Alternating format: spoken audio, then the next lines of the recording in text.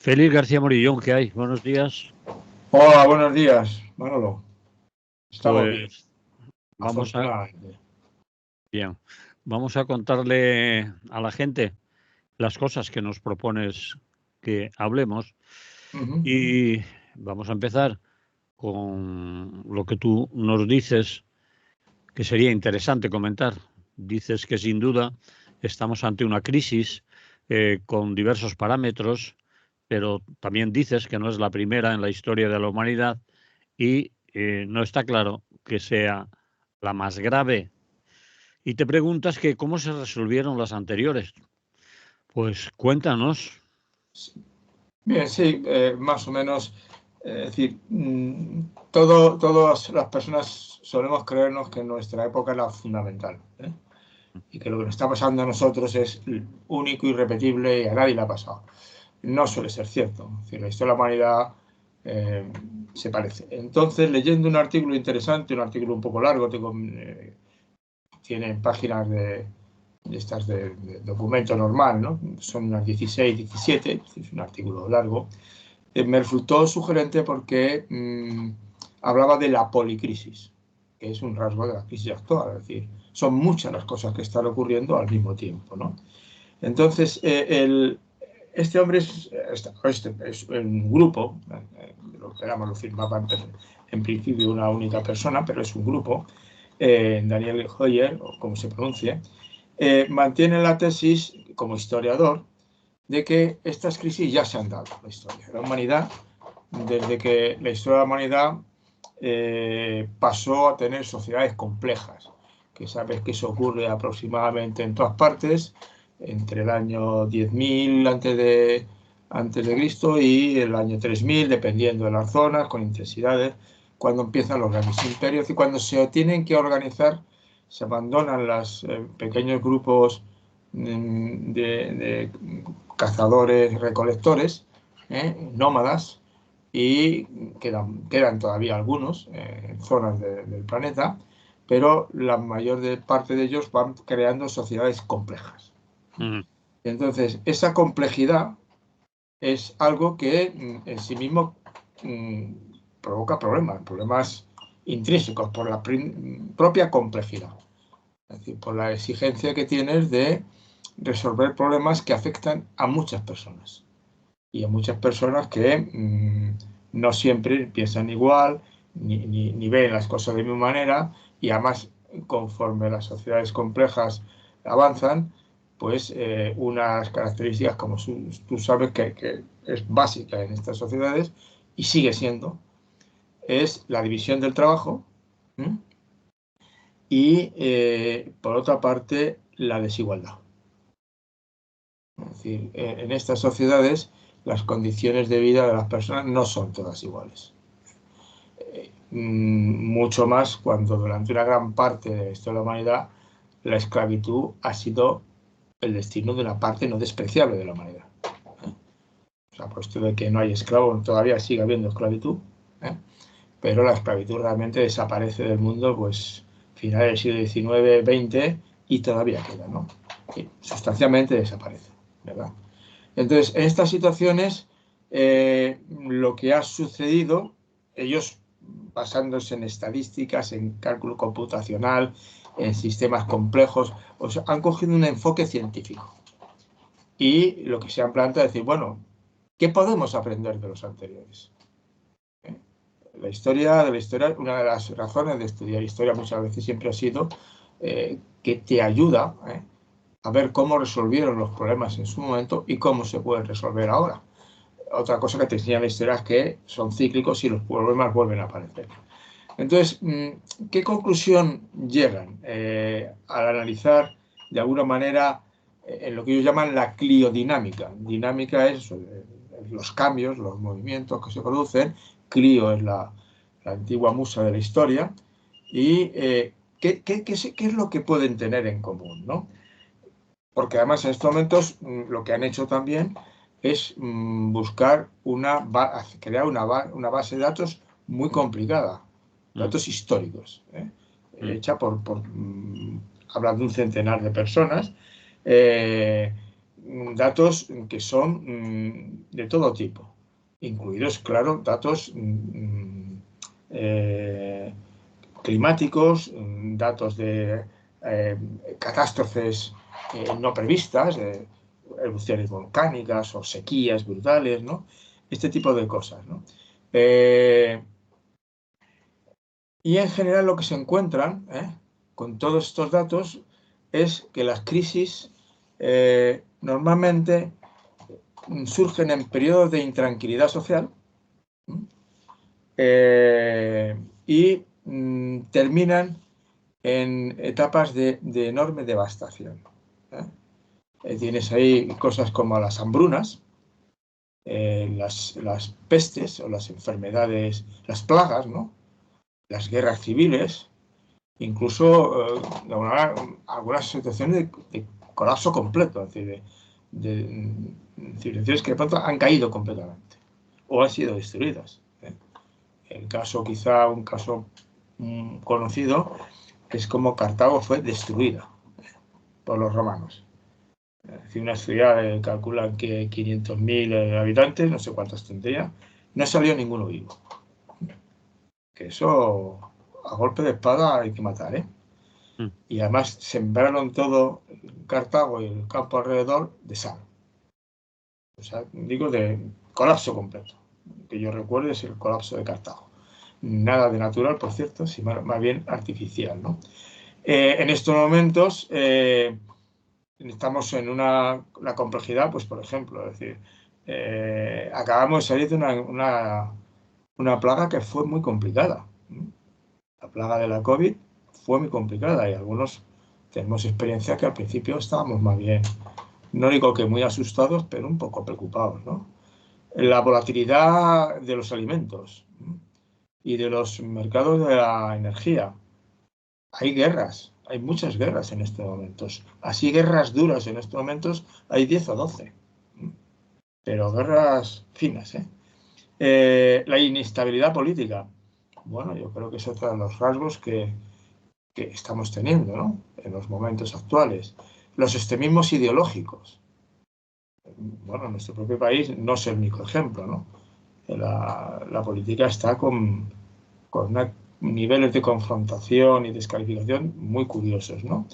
Y por descontado, nosotros tenemos en estos momentos un cambio climático que ya no discute nadie, solamente van variando los resultados, ¿no? Van variando los pequeños datos.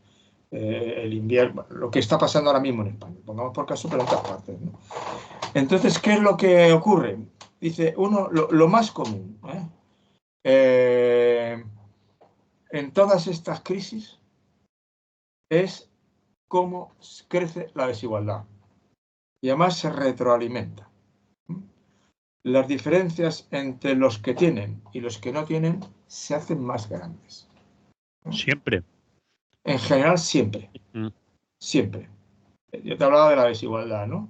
Pero hay momentos en que se agravan las desigualdades entre los que más poseen y los que menos poseen. En nuestra crisis actual, anecdóticamente, la noticia que salió ayer de la diferencia entre lo que cobraban los altos cargos de las grandes empresas bancarias y otras parecidas, comparado con lo que cobran los trabajadores, ¿no? Es brutal la desigualdad. En este momento está creciendo la desigualdad. No.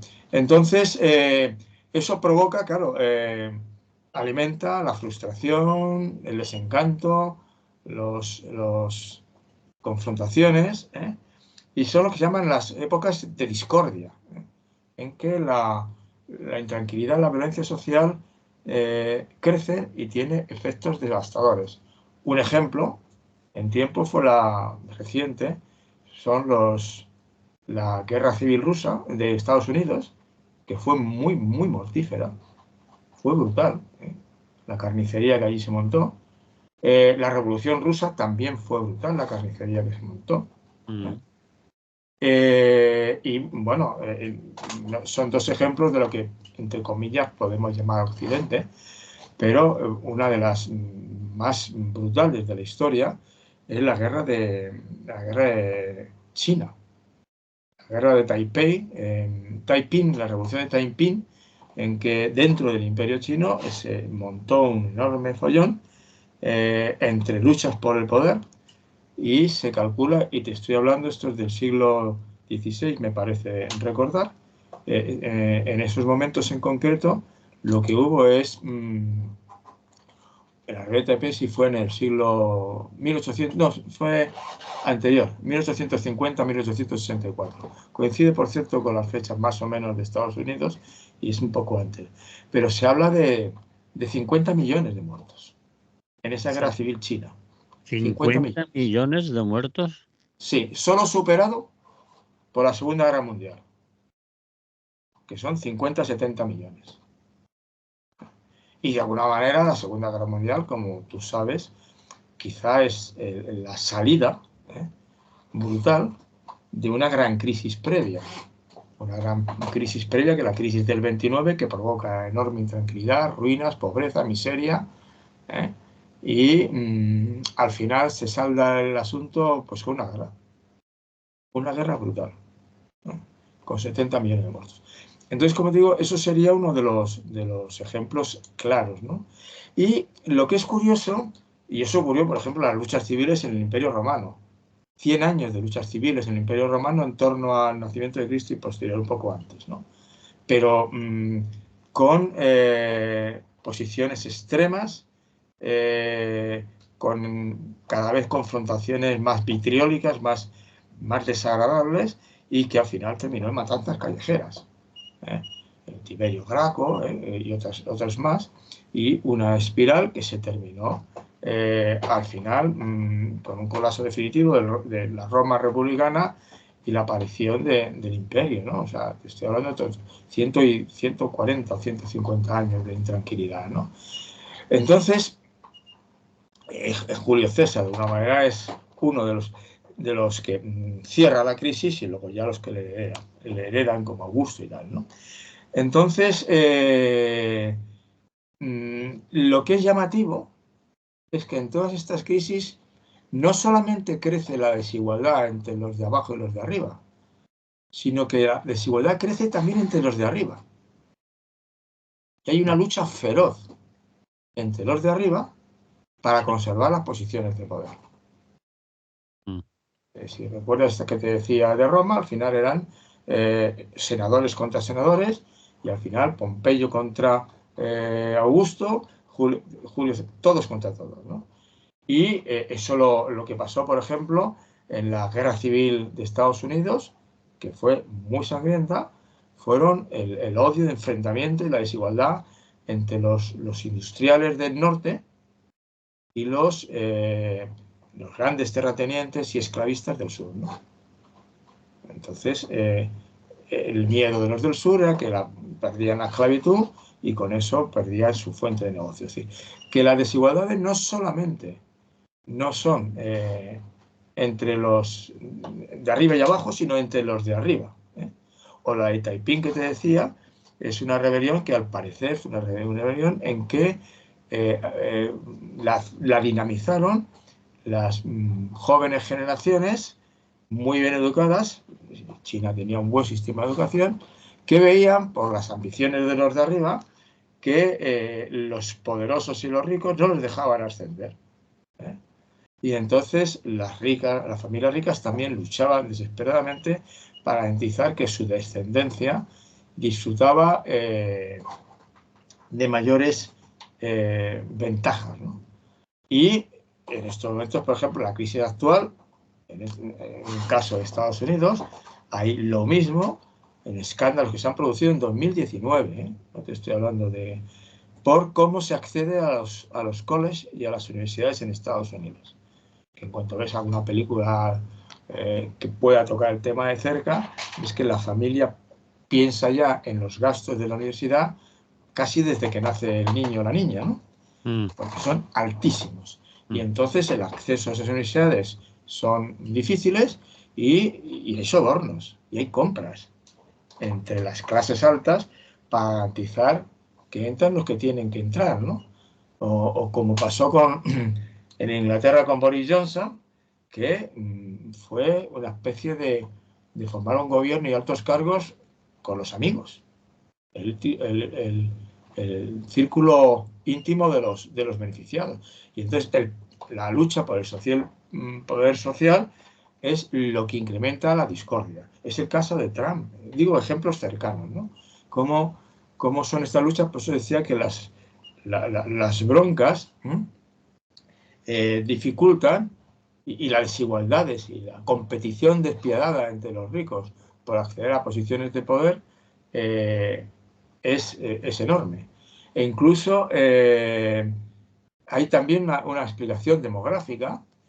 Por ejemplo, la Revolución Francesa, interpretada muchas veces como revolución popular, ¿no? Se levantaron el pueblo llano luchando contra la monarquía, pero por lo que se ve luego en las luchas entre los jacobinos y las otras corrientes de revolucionarias, fue una lucha de huello, que obviamente termina con el paso a la élite de los que en la parte anterior de la monarquía no habían disfrutado de posibilidades de participar de las posiciones de los privilegios de la corte real y ese tipo de gente, ¿no? Es decir, eso sería todas las cosas que explica todas y que han sido muy similares, ¿no? Y la manera es que al final los ricos se hacen más ricos y los pobres se hacen más pobres. En este tipo de crisis, en estos momentos, se dice que se comenta que, por ejemplo, en el Reino Unido, el 10% de los más ricos controlan el 75%. No, esto es el mundo. El 10% de los más ricos controlan el 75% de la riqueza total. A nivel mundial estás hablando. A nivel mundial. Esto es tiempo de crisis. En nuestra época de policrisis, todas estas cosas se van mezclando, producción global de alimentos, los minerales que hacen falta para la producción, etcétera, etcétera. Todo eso es lo que en cascada va generando,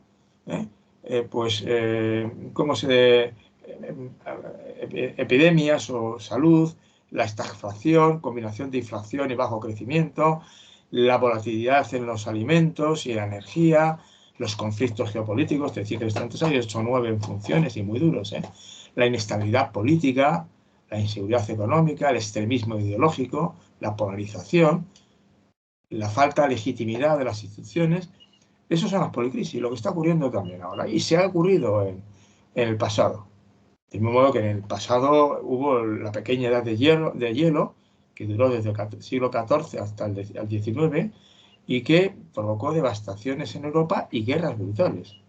La famosa guerra de los 30 años, o guerra de religión se llamó, o guerra de los 30 años más aséptico, supuso para Europa un auténtico desastre. En el siglo XVII la esperanza de vida eran 16 o 17 años. La esperanza de vida. Calcula lo que era la mortalidad infantil, ¿no? Y cómo, entonces, lo que sí está claro, y se puede aprender de ellos, y ahora se puede aprender también, ¿no? Que la gente, las sociedades salieron adelante porque aprendieron a gestionarlo, salvando las diferencias y haciendo las cosas mejor, ¿no? Por ejemplo, ahora mismo tenemos que en Corea del Sur, como en Nueva Zelanda, y se vio en la crisis de la COVID también, han conseguido que la desigualdad no crezca demasiado. Y han conseguido que exista cohesión social, ¿no? Entonces, ese conjunto de estrategias para luchar contra los problemas que van surgiendo, al final, son las que terminan saliendo adelante en las crisis que la humanidad afecta. Y es lo que ellos decían, que de alguna manera mirar al pasado no es que nos ayude, pero en el caso de la conclusión que yo puedo sacar en estos momentos de esta artillería, que es interesante, pues solo estoy haciendo un pequeño resumen, ¿no? Ver cómo la humanidad sí hizo cosas. Sí hizo cosas. Por ejemplo, los faraones lograron que durante miles de años, la sociedad egipcia, que que era grande, podía alimentarse tranquilamente. Y las pirámides se hacían no con esclavos, se hacían con gente que cobraba un salario. Que suele haber la historia que eran esclavos, no. El imperio Inca hizo un sistema de terrazas que permitió que la gran sociedad viviera, la sociedad en general viviera bien. El imperio chino construyó montones de graneros por todo el imperio para conseguir que la gente pudiera tener comida, ¿no? Es decir, y también en el mundo occidental moderno se han buscado formas de parar los enfrentamientos. Por ejemplo, la aparición de la revolución industrial, sabes tú que provocó problemas muy serios. Y en los años de 1800, en Inglaterra y Irlanda, hubo revueltas brutales. Y fundamentalmente con trabajadores del campo y granjeros y trabajadores de la industria buscando un mejor tratamiento. Se solucionó todo aquello porque al final efectivamente se hicieron reformas. Los cartistas hicieron reformas y lograron un reparto más equitativo o unas condiciones de vida mejores, ¿no? Y si me apuras, la siguiente gran crisis, la del 29, no se solucionó bien porque lo que terminó es una guerra, pero después de la guerra, Europa en concreto logró una cosa inédita, y es que un territorio que había vivido pues las guerras franco-prusianas, la Primera Guerra Mundial, había estado en guerras civiles, guerras entre países europeos, casi 80 años, pues frenaron con dos propuestas muy sencillitas. Una, la Confederación del Carbón y el Acero, vamos a ponernos de acuerdo en lo que es uno de los campos de batalla para regular cómo todos tenemos acceso, y luego se inventaron la Unión Europea. Y en estos momentos ahí lo tenemos, una Unión Europea que es compleja, pero obviamente la cantidad de veces que nosotros, por ejemplo, hemos estado en guerra con Francia, ni te cuento, ¿no? Entonces, quiero decirse que hay un momento en que la gente dice, bueno, ¿y si dejamos de?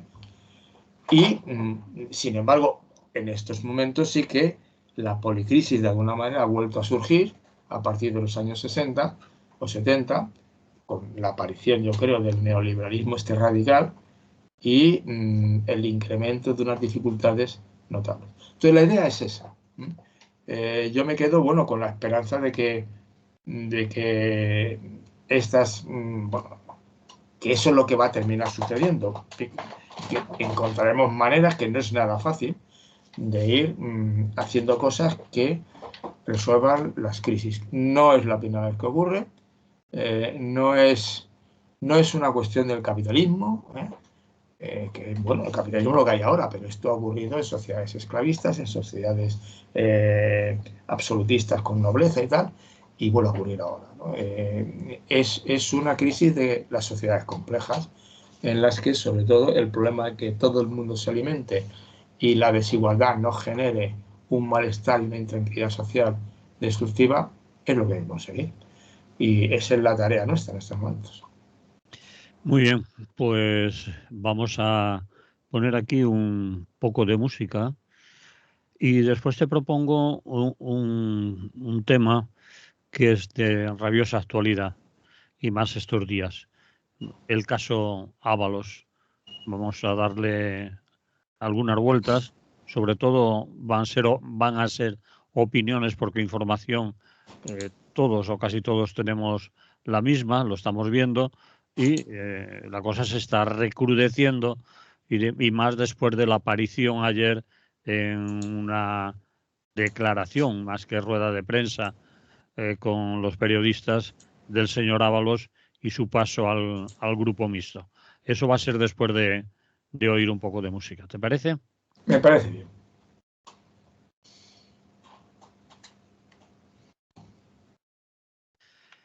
Pues vamos a ello, a lo que anunciábamos antes de escuchar esta canción. ¿Qué te parece ¿Cómo va lo de Ábalos? Me decías a micrófono cerrado, no sé si lo debe decir, que te daba un poco de... Y es una sensación que a más gente que con la que yo estaba compartía. Es decir, me da un poco de pena lo que le está pasando a Ábalos. Tú me lo Ayer, decías sí, y a mí me lo decían también. Es decir, no es justo. Y eso que nadie de los que estaban por lo menos a mi lado pertenecen al partido, ni siquiera creo que les hayan votado alguna vez, pero no sé si es por la presentación, por el tono que utilizó, por cómo se explicó o por lo que está sucediendo en realidad. ¿Tú cómo lo ves? pues yo creo que sinceramente sí, que a mí me dio pena también. De alguna manera, pues ¿qué quieres que te diga? Que eh, al final alguien tiene que pagar los platos rotos, ¿no? Entonces, en primer lugar, una Porque, cosa que yo creo perdona, porque que platos es rotos hay. sugerente Mm, es el hecho de que esto refleja un problema permanente sí, y es la corrupción en la política. vale. Que además no parece, retomando lo que comentaba anteriormente, bueno, podemos empezar a decir que son los otros, no, esto no ocurre, solo ocurre en España, no, no, esto ocurre en más sitios, es muy frecuente y la vida política es una vida política muy, muy llena de cosas realmente vergonzosas. O sea que yo creo que eso sí que me parece que conviene tenerlo en cuenta, porque si no la liamos, ¿verdad? Entonces, entre esas cosas vergonzosas, yo creo que se encuentra precisamente esta lucha, lo hablábamos un poco el otro día a propósito del poder político y a propósito de estas cosas, ¿no? Hablábamos de que es esa lucha por el poder absolutamente despiadada, la que hace que el político realmente no tenga principios, más que el principio básico de llegar al poder. Lo justifican, o sea, la política se degrada un poco en su capacidad moral. No creo que se pueda aplicar en absoluto a todas las personas que son políticos. Supongo que habrá cantidad de ellos que son sustancialmente honestos, ¿no? Ahí te quería Y decir que yo, Félix, ¿me oyes? Ahí te quería decir yo que te has dicho la única intención, lo has dicho de otra manera, es el poder, llegar al poder, eh, pero hay algunos que dicen que su vocación auténtica es de servicio público, que ellos están en política por sí, servicio público. bueno, eso tienen que decir. Esto Eso, obviamente es lo que tienen que decir, no les queda otro remedio. No vas a decir tú, oiga, yo he venido aquí a hacerme rico. sí, aquel lo dijo, eso lo dijo alguien conocido, ¿no? Eso lo dice alguien conocido, pero a mí sinceramente me parece que es un despropósito que no corresponde a lo que realmente ocurre. Es decir, Vale. yo sí que creo que es un ámbito en el que se puede dar la corrupción. Y evidentemente una de las cosas que decía ayer Ábalos, que es parte de lo que a mí me dio pena, ¿no? El, el incidente que ha provocado toda esta situación es un incidente en el cual, de algún modo, estaban en una situación de una complejidad tremenda. Yo creo que tú lo recuerdas como yo, ¿no? Lo de la búsqueda desesperada de mascarillas. Sí, sí, ¿Y cuáles valen? ¿Cuáles no valen? Y el sí. agobio con el que todo el mundo tenía esto, ¿no? Y entonces, bueno, siempre hay algún avispado, en este caso parece que ser un personaje curioso, ya veremos, porque tienen que juzgarlo, ¿eh? Y este personaje curioso, pues parece que se llevó una comisión, eso sí está claro, ¿no? Porque tiene una fortuna que, vamos, para tener eso, para comprarte un piso de 1,5 millones de euros a tocateja, yo no sé cuántas personas lo pueden hacer en el mundo. Yo no, desde luego. ¿Eh? Y no soy de los pobres. Entonces, quiero decirte que fue una época muy fastidiada. Entonces hubo que tomar decisiones muy complicadas. Y obviamente hay los parásitos que se ponen alrededor y consiguen hacer la mordida. Yo recuerdo, vamos, el caso del hermano de Ayuso no se saldó, ¿eh? No, no está claro. No está claro Que ellos yo sepa, no está claro, ¿eh? y ellos ofenden cada vez que se lo nombran. Es decir, Claro, que claro que se ofende, no me extraña, sí, porque hay que ponerse a claro. la digna. Y pasa con Ábalos, cuidado. El paralelismo de ciertos, cuando supongo yo que es en los altos niveles de la política, ¿no? Yo creo que Casado fue guillotinado por Ayuso, Sí, más. Pablo Casado, Sí, porque se le ocurrió meter mano ahí. Se le ocurrió en un momento que, claro, el Partido Popular estaba, bueno, la condena ya clara, pero estaba al borde de que le condenaran como pasó, ¿no? sí. Y si quieres limpiar el partido, tendrás que limpiarlo. Y bueno, limpia el partido, pero no tanto. No sé, esto es una interpretación que quizás es espuria, ¿no? Quizá, bueno, estoy exagerando y tal, ¿no? Pero bueno, a todos nos suena a algo, ¿no? Y entonces, este caso parece que es lo mismo, porque además parece ser que el personaje este, que ahora no me acuerdo, Ernesto, ¿no? No me acuerdo cómo se llama, que es el que se llevó la mordida, pues parece que en principio no fue nombrado por él, pero fue mantenido por él. ¿Te refieres al que se ha llevado la mordida ahora con lo de Ábalos? Sí, sí, con el de Se Ábalos. llama Coldo, Coldo, Coldo, eso, Coldo. Coldo. Entonces, ese es el que se la ha llevado. Parece que sí. E Y indicios hay ese de que creo sí. que no lo puso allí, él se lo encontró allí. No, sí, no hay ninguna, no está juzgado aún, pero todos los indicios son de Sí. que sí, de que Sí, hay un... bueno, por lo menos, claro. Entonces, eh, es una lucha descarnada. El otro día te decía lo del Weber, del político y el científico, y el político como servidor y el político como poder. Y entonces estamos en la lucha por el poder. Porque el poder acompaña a la política. Y además, cuando llegas a posiciones de poder, eh, produce cierta satisfacción. ¿Mm? Mm, Que de pronto tú digas algo, yo no tuve, pero siendo director de instituto, la primera vez que fui director, eso que llamabas a la secretaria, inmediatamente venía y te hacía cosas, a mí me dejaba perplejo, ¿no? sí, No me duró mucho el asunto, porque rompí ese tipo de dinámicas. Pero eso de tener a alguien que te hace las cosas más sucias o más tediosas, no sucias, tediosas, y tú te dedicas y encima cobras más, pues mira, ¿qué quieres que te diga?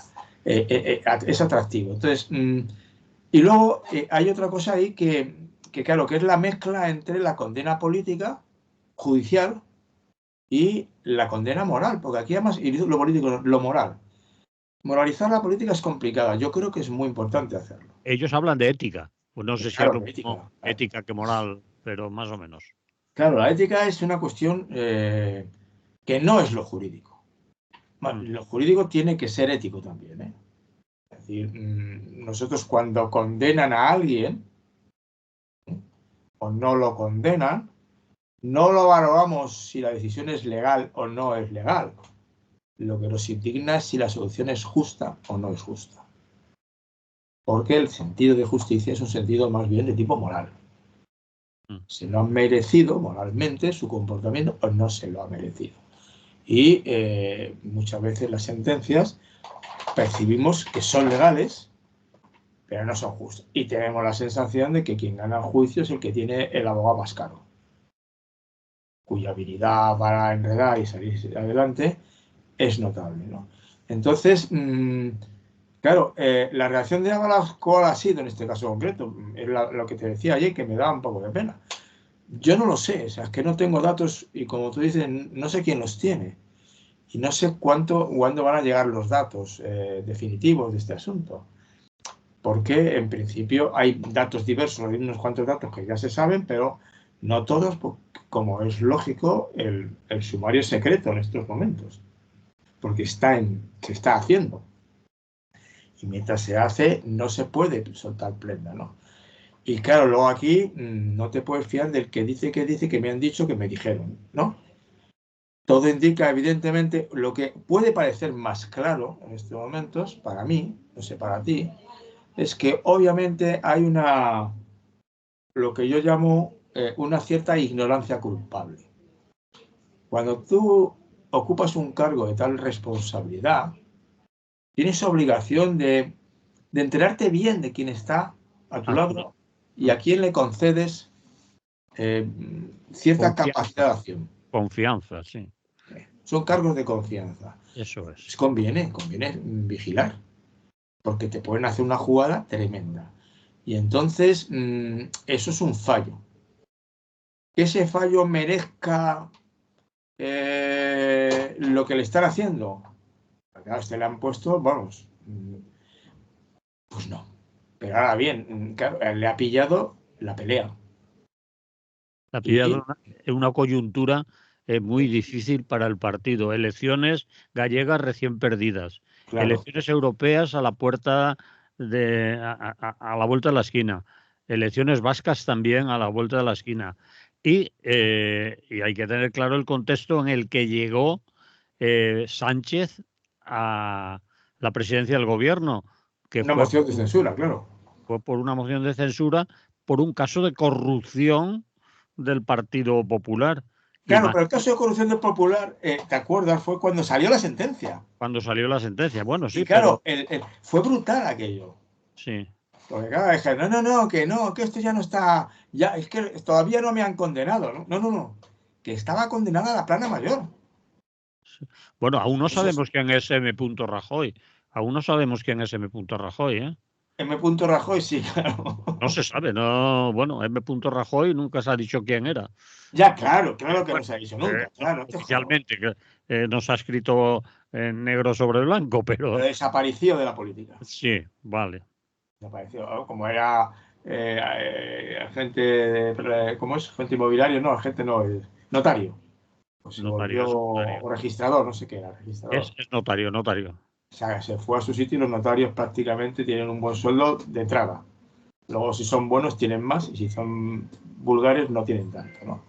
Entonces, quiero decirte que eso, porque esto, y estamos en una situación en que yo ahí discrepo, es decir, vamos, no discrepo, pero lo digo con claridad. A mí me parece que el PP sigue siendo profundamente inmoral en su manera de hacer la crítica al contrario. Son inmorales, son woke, son de los que las califican moralmente, al contrario. No discrepan. No dicen que se han equivocado. No. Van a degüello. Con Ábalos por un lado. No, Ábalos no. Abascal por un lado. Y Ayuso por el otro. Mi inefable. Van a degüello. No tienen decoro. No tienen decencia moral. O sea, dicen unas cosas, insultan de una manera que, claro, te quedas pasmado. Y entonces, claro, envenenan él. ¿Qué ocurre con eso? Que la plana mayor, en el contexto que tú has mencionado, del PSOE, sobre todo, pues a degüello. Sí. Tenemos que... es la víctima propiciatoria.